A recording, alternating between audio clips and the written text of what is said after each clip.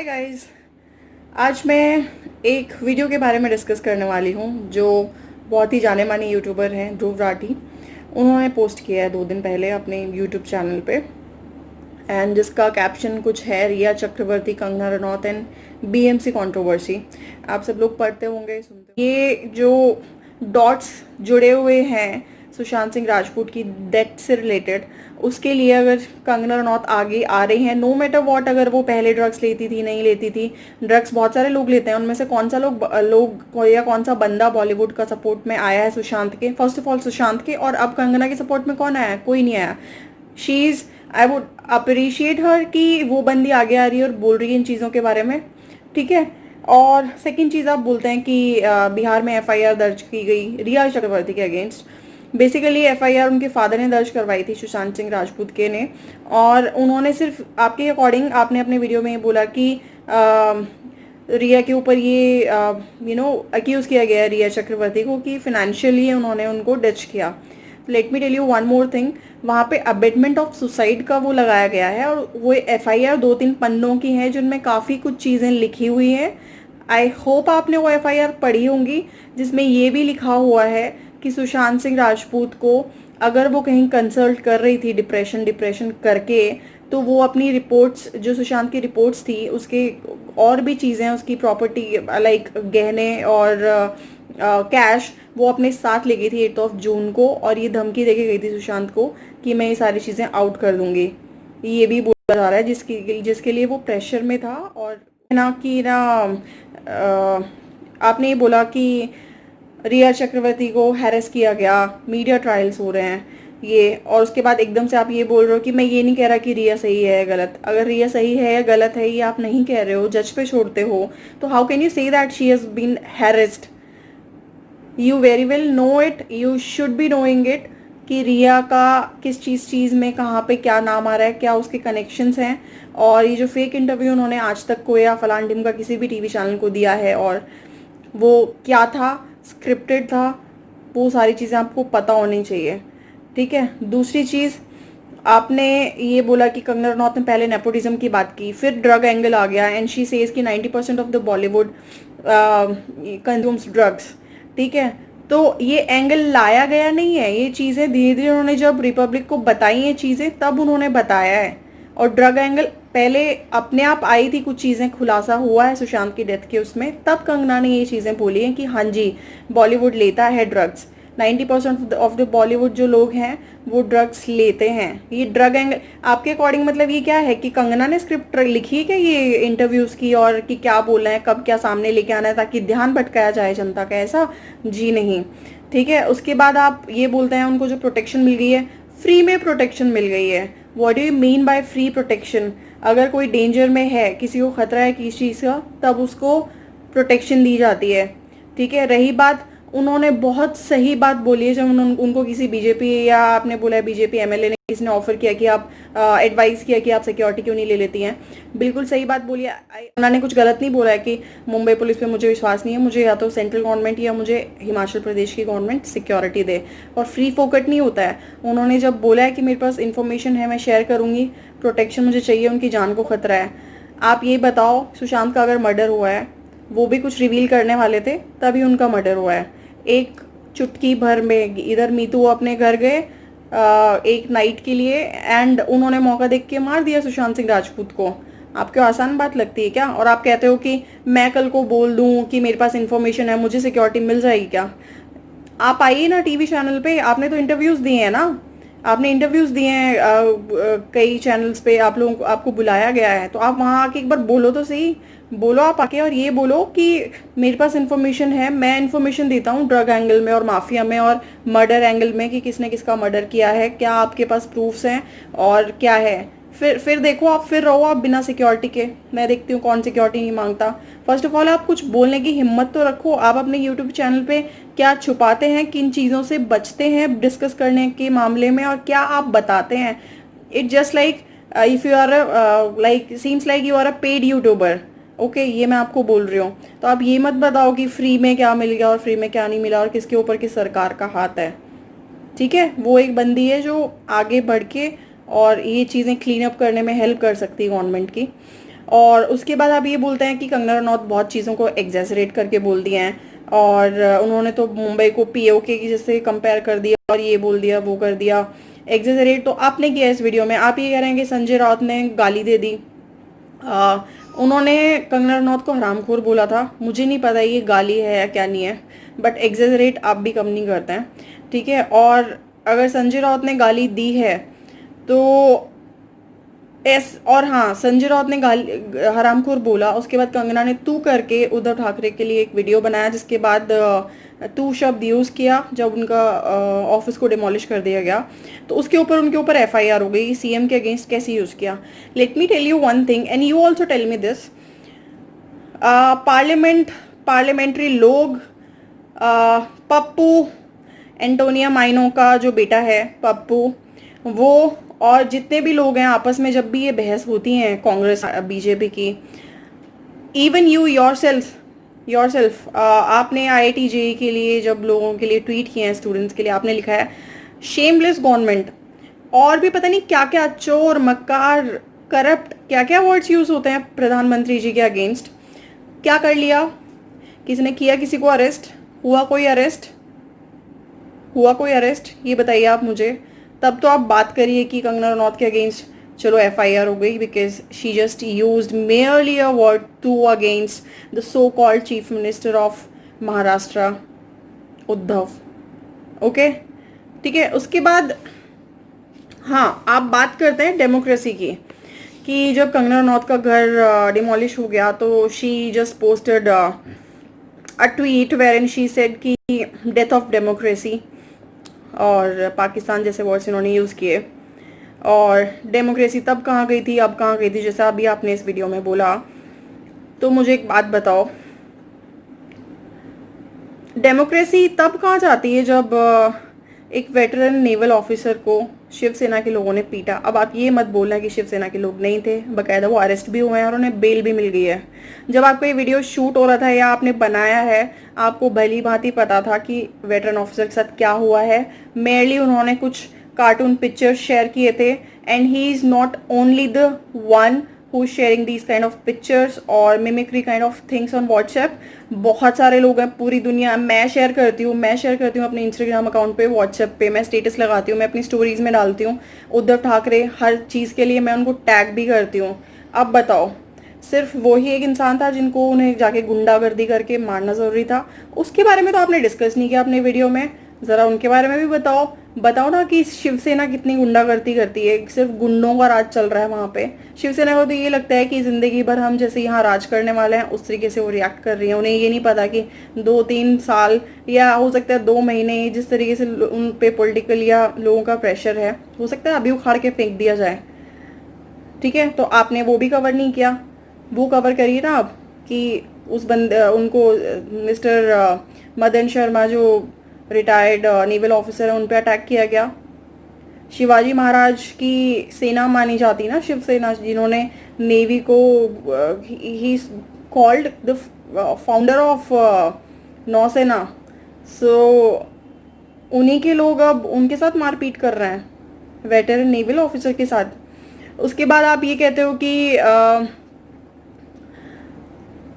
Shiv Sena mafia के, sorry, Kangana Ranaut के रिश्ते बीजेपी के साथ हैं तो उनको प्रोटेक्शन मिल गया।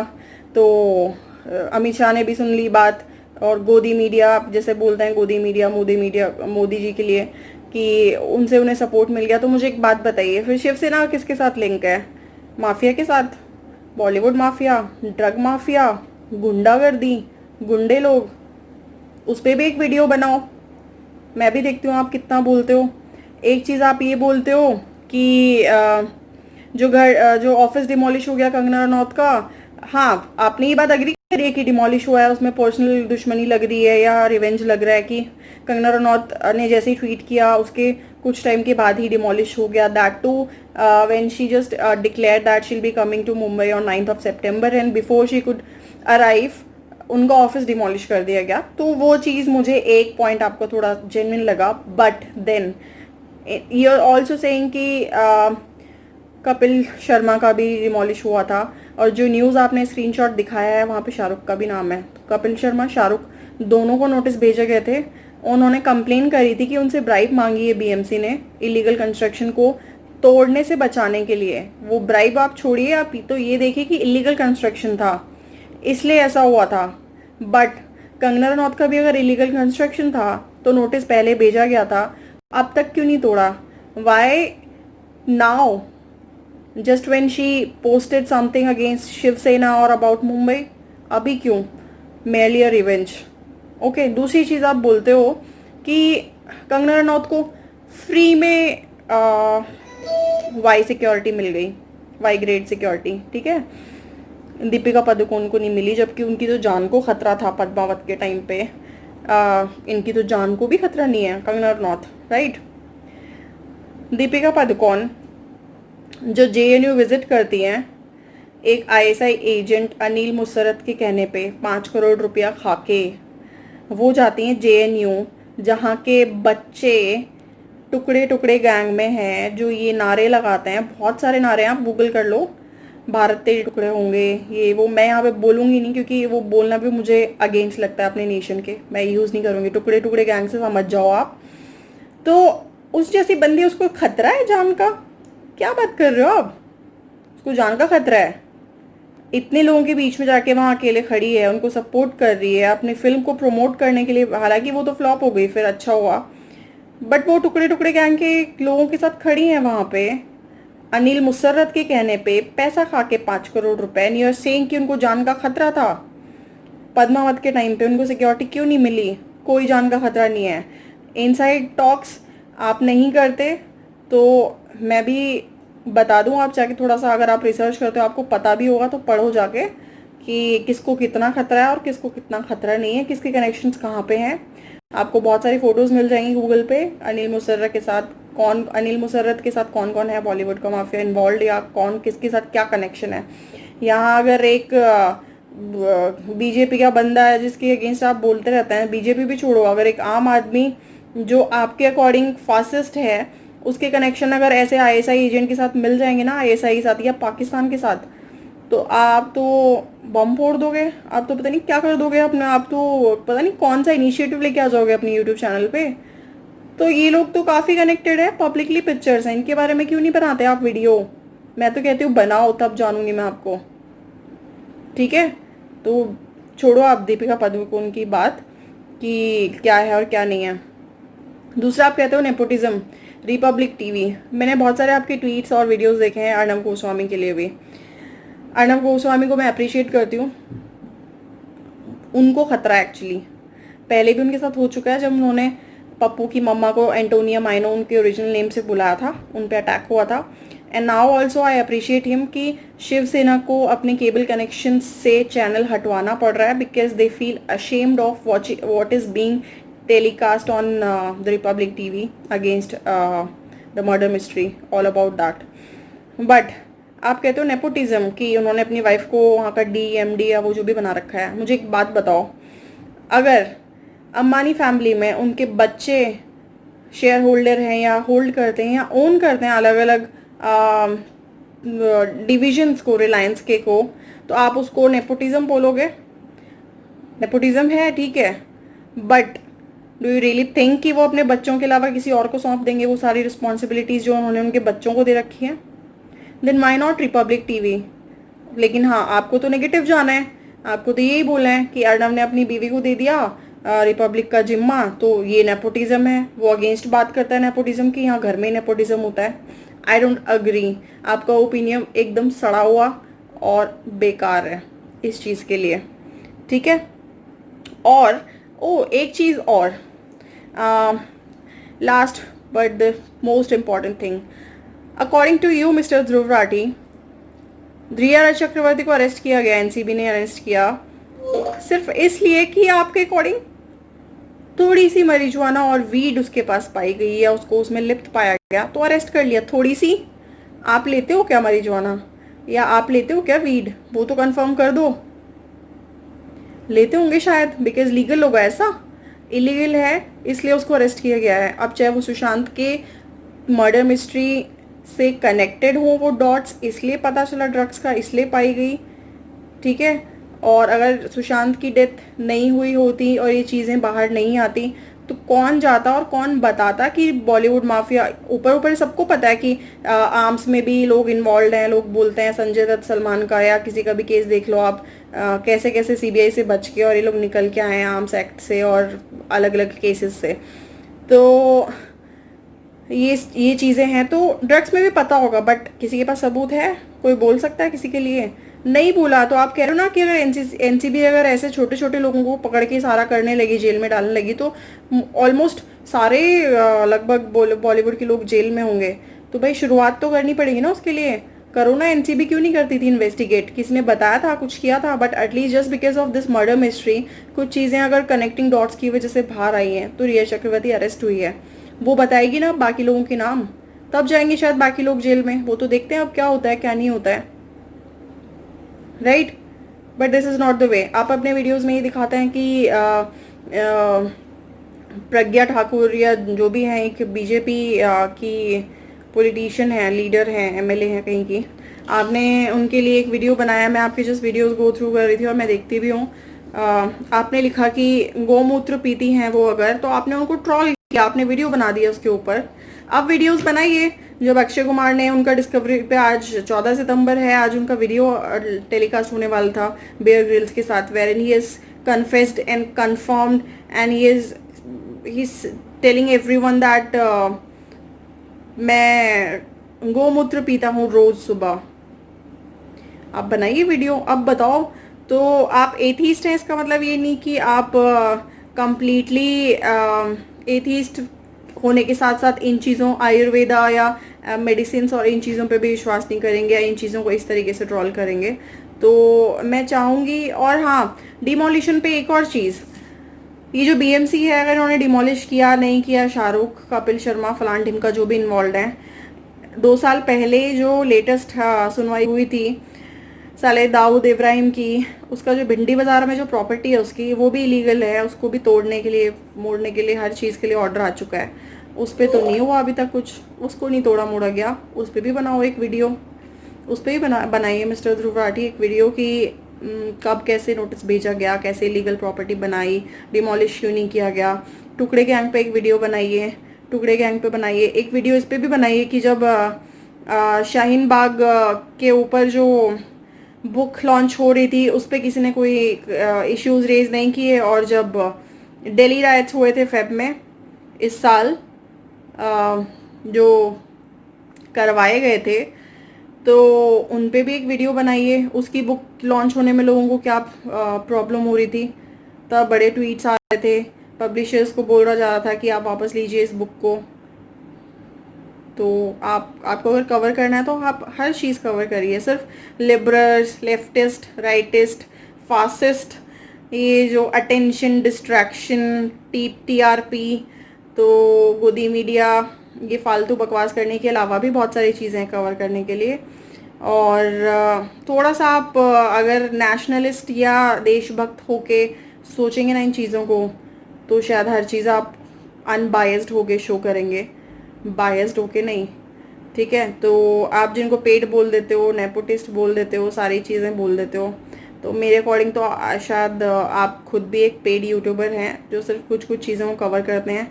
मैंने कभी आपको नहीं देखा शाहीन बाग के अगेंस्ट कुछ पोस्ट करते हुए, मैंने कभी आपको नहीं देखा दिल्ली राइट्स के अगेंस्ट कुछ पोस्ट करते हुए कि वो गलत था। मैं ये नहीं कह रही आप हिंदू मुस्लिम्स के अगेंस्ट कुछ पोस्ट करो ऐसा, बट जो जायज़ है वो आप पोस्ट करो। आप उनके अगेंस्ट भी वीडियो, उसके बारे में भी वीडियो बनाइए कि कैसे हुए दिल्ली राइट्स, कौन इन्वॉल्व था, अंकित शर्मा की डेथ कैसे हुई, शाहीन बाग में क्या हुआ, टुकड़े गैंग क्या है, क्या ये लोग नारे लगाते हैं, कौन था वो मुस्लिम बंदा जिसने नारे लगाए कि चिकन की जैसे मरोड़ के फेंक देंगे आसाम को इंडिया से, उनके बारे में भी बनाइए। इस पर भी वीडियो बनाइए कि ये जो दीपिका पादुकोण, उन्होंने 5 करोड़ रुपए खाए थे अनिल मुसर्रत से, उसके पास ऑर्डर आया था, कॉल्स आए थे कराची दुबई से, तब वो आई है जेएनयू में टुकड़े गैंग के साथ खड़े होने के लिए, उनको संतावना देने के लिए या उनको कॉन्डोल करने के लिए, ठीक है? जब क्या कहा जा रहा था कि जेएनयू के ऊपर तो अटैक हो गया, पुलिस उनके साथ जाती कर रही है, फलान ढिम का, आप उस पर वीडियो बनाओ, तब मैं आपको जानूंगी कि आप एक जेन्युइन यूट्यूबर हो। Otherwise you are merely a paid YouTuber, nothing more than that. या फिर आप सिर्फ अपना यूट्यूब चैनल इसलिए चलाते हो ताकि आप कमा पाओ, और एंड में आप लोगों को ये कहते हो अपने इस वीडियो में कि काम की बात जानिए, काम की बात जानिए, फालतू चीज़ों से डिस्ट्रैक्ट मत होइए, ये वो। और साथ में आप बोल देते हो कि मेरा पॉडकास्ट देखिए, फ्री है सुनने के लिए, जिसमें मैंने प्रेसिडेंट कैसे वर्क करते हैं उनके बारे में लिखा है, मैंने ये फलान लिखा है, ढिमका लिखा है, as if you are actually a teacher और जिन्होंने तो महारत हासिल कर रखी है इन चीज़ों के ऊपर। तो साथ में आप अपनी चीज़ों को प्रमोट कर रहे हो, तो ऑब्वियसली आपके लिए सिर्फ मनी मैटर करता है, आपके लिए कुछ और मैटर नहीं करता है। ठीक है, थैंक यू सो मच।